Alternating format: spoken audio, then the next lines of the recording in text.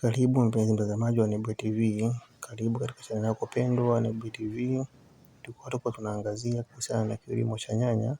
Kwa siku ya leo tuko na mkulima wetu akituelekeza mbinu gani alizozitumia mpaka kuanza kulima nyanya hizi, kwani anatufundisha kwamba umuhimu gani wa elimu aliopata, changamoto gani alizozipitia ili kusudi kufika kama unavyoziona hapo. Kwenye zimekubali nyanya ni nzuri, lakini kuna changamoto mbalimbali ambazo tumekutana nazo mpaka kusimamisha nyanya zikasimama na kufikia katika hali kama hiyo. Kikubwa tunaomba tuwe pamoja kuanzia mwanzo wa video mpaka mwisho wa video, na mwisho wa video hii ndio mwanzo wa video nyingine. Kikubwa na kuomba tu uweze kusubscribe, uweze kulike pamoja na ucomment, na pia kitu kingine uweze kufuatilia video yako mwanzo mpaka mwisho, utembelee katika playlist zetu kwa ajili ya kuangalia video zingine. Ndugu mtazamaji, naomba nimkaribishe mkulima wetu aweze kutufundisha hatua mbalimbali ambazo amepitia na kumfikisha mpaka unavyoona hizi nyanya. Kuna vitu mbalimbali ambavyo amepitia na atatuelekeza. Naomba tuwe pamoja tuweze kumsikiliza na tutazame kwa hatua kwa hatua. Kwa mfano, mimi huu mfumo nilikuwa sijaulima na wala nilikuwa siujui. Katika haya maeneo nilikuwa sijawahi kulima hata siku moja. Nilikuwa nimezoea ulimaji wa kutengeneza tuta jembamba na tuta refu yenye hatua hata 30, yenye hatua hata 40, yenye hatua 10 au 20 au 5.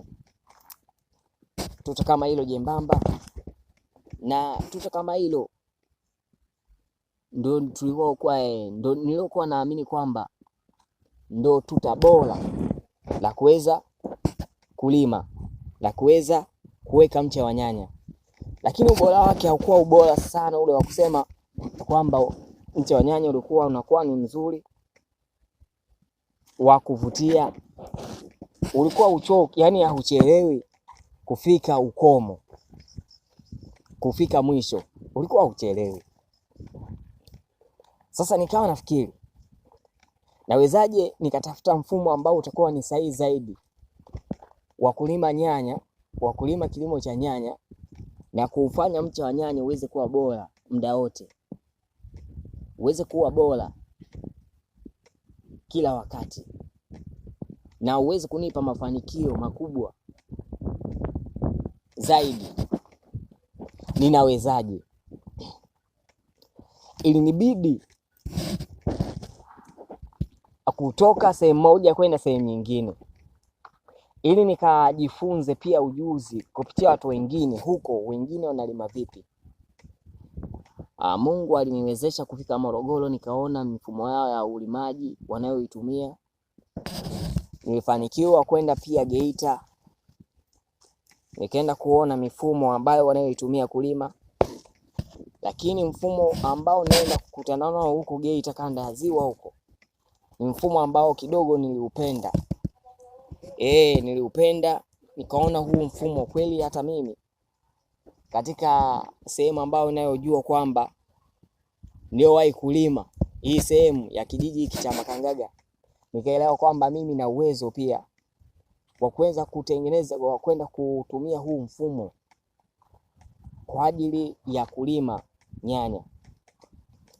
Nitaenda kujaribu huu mfumo nione, je, huu mfumo unaweza kukubalika haya maeneo. Kikweli tu baada ya kuwa nimefika huko, sikuwa na fedha yoyote, sikuwa na mtaji wowote wala mradi wowote ambao wa kufanya, wala sikuwa na kipato chochote kwenye mfuko wangu, wala sikuwa na akiba yoyote kwenye akaunti.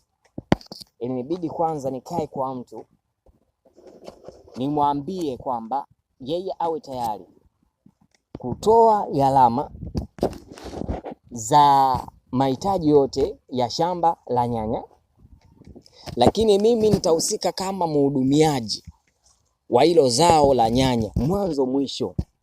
Mimi nitahusika kwenye kila hatua mwanzo mwisho. Kikweli huyo mtu tuliweza kukubaliana kwa sababu nilikuwa tunafahamiana, na pia ananijua vizuri mimi na anafahamu utendaji wangu wa kazi. kwamba mimi niko vizuri kwenye utendaji wa kazi, niko vizuri pia na ubora pia kwenye uhudumiaji wa nyanya na uzalishaji wa nyanya kwa uwezo ambao Mungu alionipa, na pia ameniwezesha kuitumia vizuri akili yangu ambayo Mwenyezi Mungu amenijalia kuwa nayo. Kwa hiyo akaamini kwamba akifanya hivyo mafanikio yatakuja. Ndipo nikaanza kulitengeneza eneo. Hata wakati nilipokuwa natengeneza matuta, yeye mwenyewe aliweza kushangaa. Akawa anashangaa sana, tena kwa kiasi kikubwa. Akawa anajiuliza maswali mengi, anajihoji kwamba huyu jamaa vipi. Na hata wakati nimeanza kutengeneza mashimo aliweza kushangaa kwamba haya mashimo mbona yako karibu sana, vipi mambo yatakuwa ni mazuri katika uzaaji wa mche.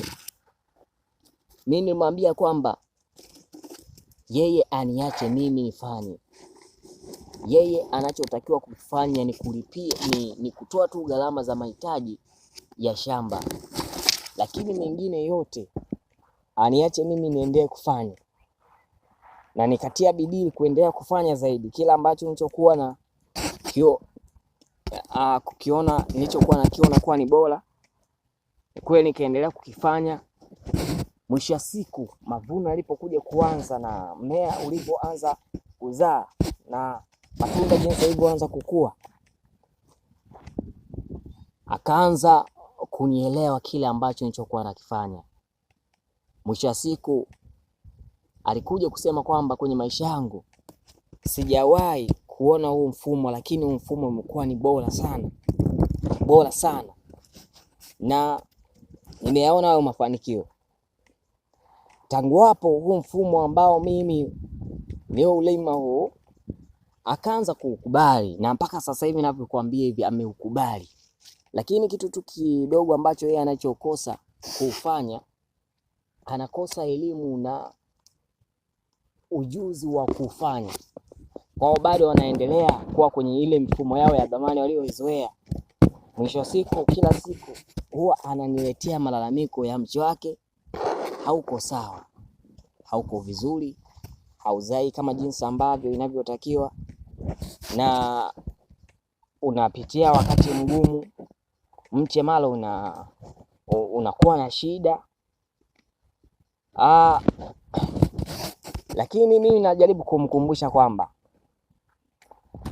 badilika kutoka kule ambako uliko kalili, anza kupata kitu kipya na uingize kitu kipya kwenye akili yako, na ukubali kuweka mfumo mpya kwenye ubongo wako na kuanza kuitumia kwa ajili ya kuzalisha au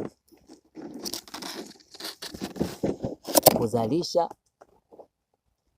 zao hili la nyanya.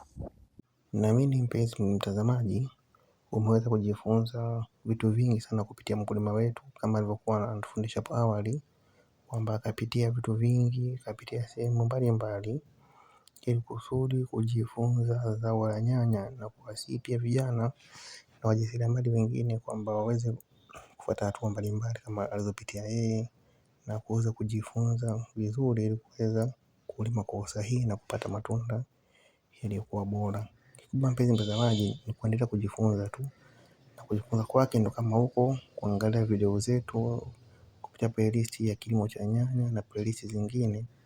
Naamini kupitia video hizi utajifunza vitu vingi na utaweza kuwa mwalimu wa watu wengine. Kama nyanya zinavyopendeza hapo unavyoziona, hizo zote zimelimwa na mkulima wetu huyu tulikuwa tunaongea naye. Kikubwa tunakuomba kuweza kusubscribe, like na comment. Na mwisho wa video hii ndio mwanzo wa video nyingine, na kukumbusha pia kuweza kutembelea katika playlist zetu na kuangalia video zingine ambazo zinahusiana na mambo ya ujasiriamali pamoja na kilimo na ufugaji mdogo. Kwa mpenzi mtazamaji, kama unaangalia nyanya zetu ni nzuri, nyanya zimependeza, na maneno yale aliyotushauri mkulima wetu ni maneno ya kuzingatia, kwani yeye ndio anayafanya na yanampa faida kubwa.